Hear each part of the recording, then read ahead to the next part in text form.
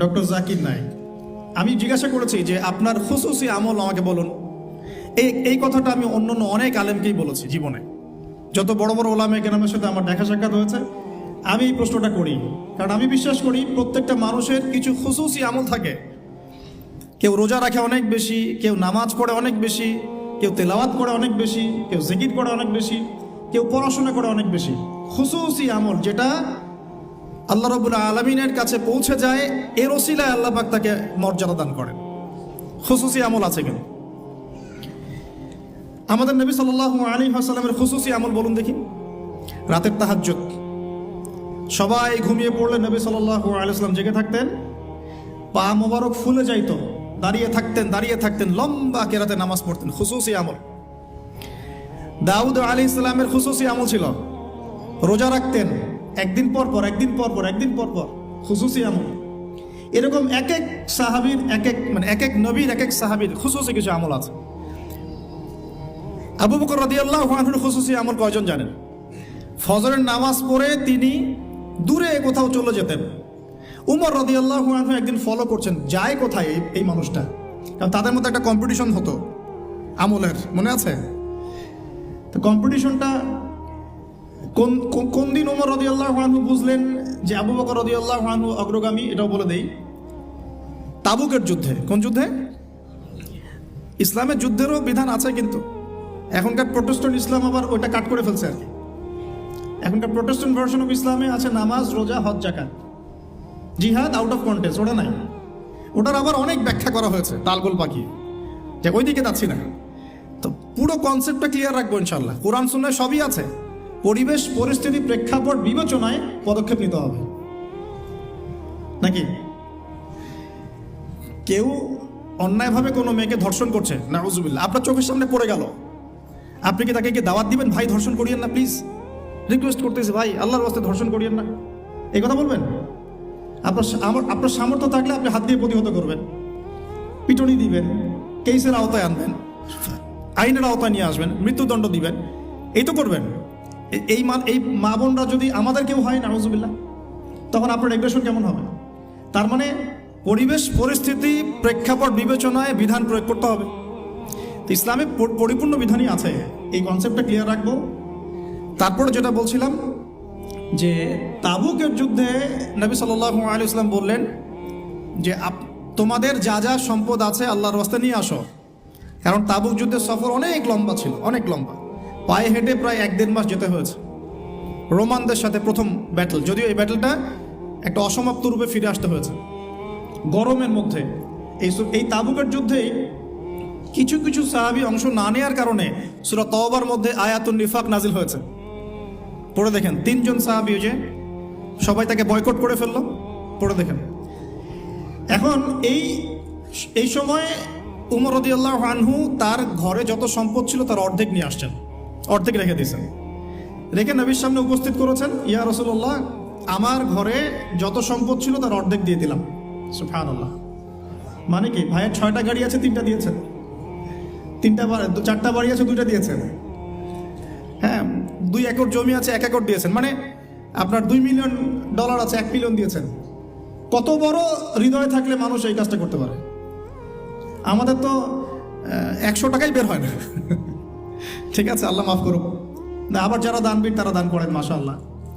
তবে আমি রিকোয়েস্ট করবো, দানটা সঠিক জায়গায় করবেন, উল্টাপাল্টা জায়গায় দান করবেন না। এমন জায়গায় দান করবেন যেখানে দান করলে সদকায়ে জারিয়ার মাধ্যম থাকে, কন্টিনিউয়াসলি এটা আপনি বেনিফিটেড হতে থাকেন, এমন কিছু, এবং এগুলো দিয়ে ইসলামের খেদমত হয়, এমন জায়গায় দান করবেন ইনশাআল্লাহ। তো এবার আবু বকর রাদিয়াল্লাহু আনহু এসে বলছেন, হয়তোবা আবু বকর রাদিয়াল্লাহু আনহুর সম্পদ উমর রাদিয়াল্লাহু আনহুর মতো ছিল না, কিন্তু তিনি এসে বলছেন, আমার ঘরে আল্লাহ এবং তার রাসূলকে রেখে যা ছিল সবই নিয়ে আসছি। হয়তোবা তার সম্পদ কম ছিল, কিন্তু কথাটা কি বলেছেন? আমি ঘরে আল্লাহ এবং তার রাসূলকে রেখে দিয়ে সবই নিয়ে আসছি। তো উমর রাদিয়াল্লাহু আনহু বলছেন যে এই দিন এই ব্যক্তিকে আমি হারাতে পারি নাই, আর জীবনও পারবো না। কথা কি বুঝতে পারছেন? এখন আবু বকর রাদিয়াল্লাহু আনহু ফজরের নামাজের পর কোথাও চলে যান, খুসুসি আমল। কোথায় যান? উমর রাদিয়াল্লাহু আনহু এখন ফলো করছেন। ফলো করতে করতে করতে করতে দেখলেন দূরে একটা বৃদ্ধা মহিলার ঘর আছে, অনেক দূরে, কাম্পঙ্গের মতো। ঠিক আছে, বৃদ্ধা মহিলার ঘর আছে। তো সেই ঘরে তিনি প্রবেশ করলেন, কিছুক্ষণ পর বের হয়ে আসলেন। তিনি আবার জায়গাতে চলে গেলেন। উমর রাদিয়াল্লাহু আনহু কিন্তু ঘুরে ফিরে ফলো করছেন। তিনি যখন চলে গেলেন, উমর ইবনুল খাত্তাব ওই ঘরে ঢুকলেন। ঢুকে দেখলেন এক বৃদ্ধা মহিলা বসে আছে, চোখে দেখে না, চোখে দেখতে পারে না। তখন তিনি জিজ্ঞাসা করলেন যে কে আপনি, পরিচয় দিলেন, কি সমস্যা আপনার, আমি চোখে দেখতে পারি না। এই যে ব্যক্তি একটু আগে আপনার ঘরে এসেছিল সে কি করলো, কেন আসে প্রতিদিন, ইনভেস্টিগেট করছেন।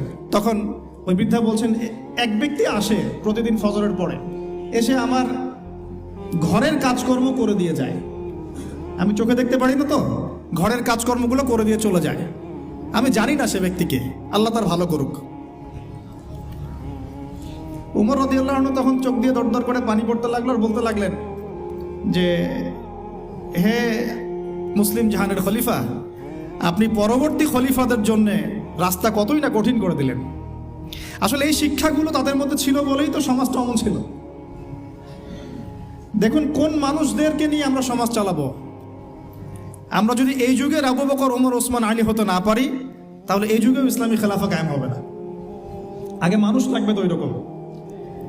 আমরা সবসময় দেখা যায় উপরের লেভেলে গালিগালাজ করতে বেশি পছন্দ করি।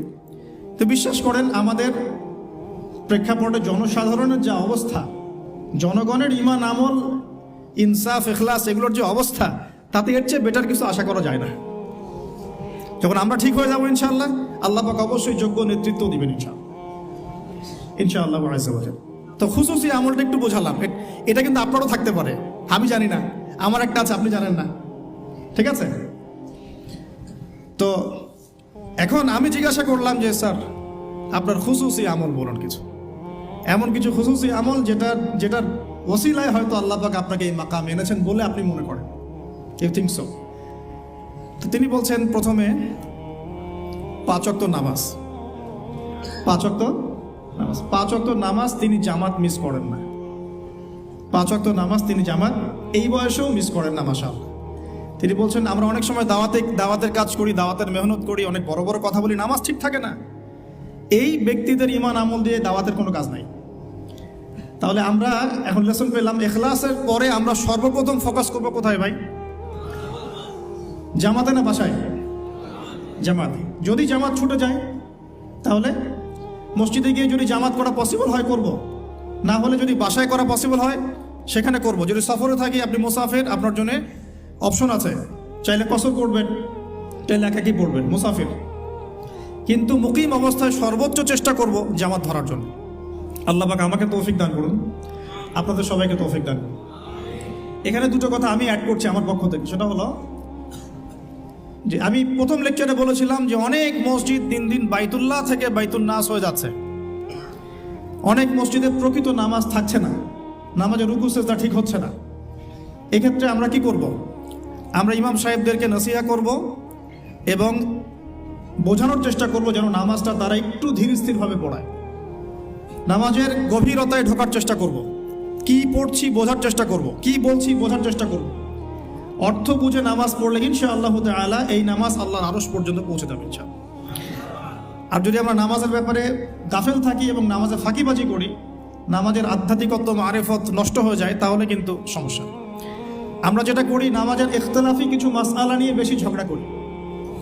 হাত বাঁধবো কোথায়, আমিন জোরে না আসতে, রফুল ইয়াদাইন করবো কি না, পায়ে পা লাগাবো কি লাগাবো, সূরা ফাতিহা পড়বো কিনা, ব্যাস এই তো আলোচনা তো এতটুকু। ইখতিলাফি মাসআলাগুলোকে নিয়ে আমরা কথা বলতে বলতে নামাজের মূল জায়গা থেকে সরে আসছি। মূল জায়গাটা আমি একটু বোঝাচ্ছি আপনাকে। মূল জায়গাটা হচ্ছে নামাজে যে কথাগুলো আমরা আল্লাহর সাথে বলছি, সুবহানাহু ওয়া তাআলার সাথে, এই কথাগুলো আমরা বুঝি কিনা, এই কথাগুলো বুঝে আমি আল্লাহকে পাচ্ছি কিনা নামাজে। নামাজ মুমিনের মেরাজ, আল্লাহর সাথে সাক্ষাৎ। কখনো কি নামাজ পড়ার পরে এই ফিলিংসটা আসছে কিনা যে আমি আল্লাহর সাথে কথা বললাম? সুবহানাল্লাহ। এখানে পরিশুদ্ধভাবে নামাজ পড়ার জন্যে অবশ্যই নামাজের অর্থ বুঝতে হবে, ধীর স্থিরতা বজায় রাখতে হবে এবং তারতিলের সাথে সময় দিয়ে দিয়ে কাজ করতে হবে। তাড়াহুড়ার কোনো প্রয়োজন নাই। ইনশাআল্লাহ দেখবেন আল্লাহর পক্ষ থেকে আল্লাহর নূর আসবে ইনশাআল্লাহ। এই নামাজেই দোয়া কবুল হবে ইনশাআল্লাহ। আল্লাহ পাক আমাদেরকে পরিপূর্ণ নামাজি হওয়ার তৌফিক দান করুন। এরপরে তিনি বলেছেন যেটা সেটা হলো তাহাজ্জুদের সলাতের কথা। কিসের কথা? সলাতকে উনি অনেক বেশি গুরুত্ব দেন এবং আমাদেরকে নসিহত করেছেন আমরা যেন তাহাজ্জুদের নামাজকে গুরুত্ব দিই। এই সময় আল্লাহ রাব্বুল আলামিন প্রথম আসমানে নেমে আসেন এবং বান্দাকে আহ্বান করতে থাকেন, কে আছো আমার কাছে কিছু চাইবে, আমি তোমাকে তাই দিব। কে আছো আমাকে ডাকবে, আমি তোমার ডাকে সাড়া দিব। কে আছো আমার কাছে ইস্তেগফার করবে, আমি তোমাকে ক্ষমা করে দিব। এভাবে আল্লাহ রাব্বুল আলামিন ফজর পর্যন্ত বলতে থাকেন। অথচ আমরা এখন ঘুমাই রাত 2টায় 3টায়। আল্লাহ আমাকে মাফ করুন, আপনাদেরকে মাফ করুন। এবং রাসূল সাল্লাল্লাহু আলাইহি ওয়াসাল্লামের মতো রাত্রি যাপন করার তৌফিক দান করুন।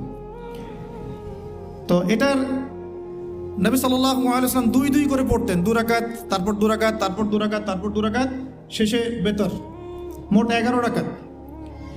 আমরা চেষ্টা করব যদি ছোট সূরা জানি সূরাগুলোকে বারবার রিপিট করার। যদি বড় সূরা কেরাতে পড়তে পারি মাশাআল্লাহ আরো ভালো। রুকুটাকে লম্বা করার, সেজদাকে লম্বা করার এবং সিজদায় গিয়ে বেশি বেশি দোয়া করার। যেহেতু তাহাজ্জুদ একটা নফল সালাহ, আপনি যদি আরবি দিয়ে দোয়া করতে নাও জানেন, তাহাজ্জুদে আপনি বাংলাতেও দোয়া করতে পারবেন ইনশাআল্লাহ। ইনশাআল্লাহ কোনো সমস্যা নেই। কিন্তু অ্যাটলিস্ট আপনি দোয়া করার চর্চা শুরু করুন। আল্লাহর কাছে সেজদায় পরে কান্নাকাটি করার অভ্যাস তৈরি করি। আল্লাহ তৌফিক দান করুন। এবং এই সময় বেশি বেশি দোয়া করতে হবে। আমি এই কথাটা শুধু তার কাছেই প্রথম শুনিনি, এর আগে আরো অনেক বড় বড় আলেমরা এই কথাটাই বলেছেন যে তাহাজ্জুদ গোজার হতে হবে। আল্লাহ পাক আমাকে তাহাজ্জুদ গোজার হওয়ার তৌফিক এনায়েত করুন, আপনাদের সবাইকে তৌফিক দান। পয়েন্টস একটু বেশি, এই জন্য আমি শর্ট করছি, কারণ একটা পয়েন্টস নিয়ে অনেক লম্বা কথা বলা যায়, অনেকগুলো পয়েন্টস আছে। এরপর